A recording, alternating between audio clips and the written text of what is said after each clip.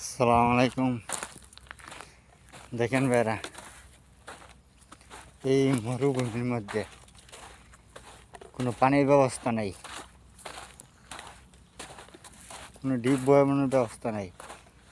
এই জায়গায় গাড়ি দিয়ে পানি এনে কৃত্রিমভাবে পানির ব্যবস্থা করতেছে সৌদি সরকার। এই যে মরুভূমি, ওটি হচ্ছে নিয়ম সিটি এরিয়া, ভিতরে আছে, ঠিক আছে।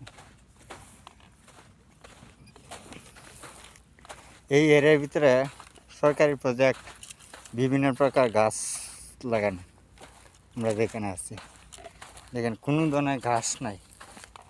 ঠিক 1 মাস পর থেকে 1.5 মাস ভিতরে ওই জায়গায় ঘাস জন্মাবে।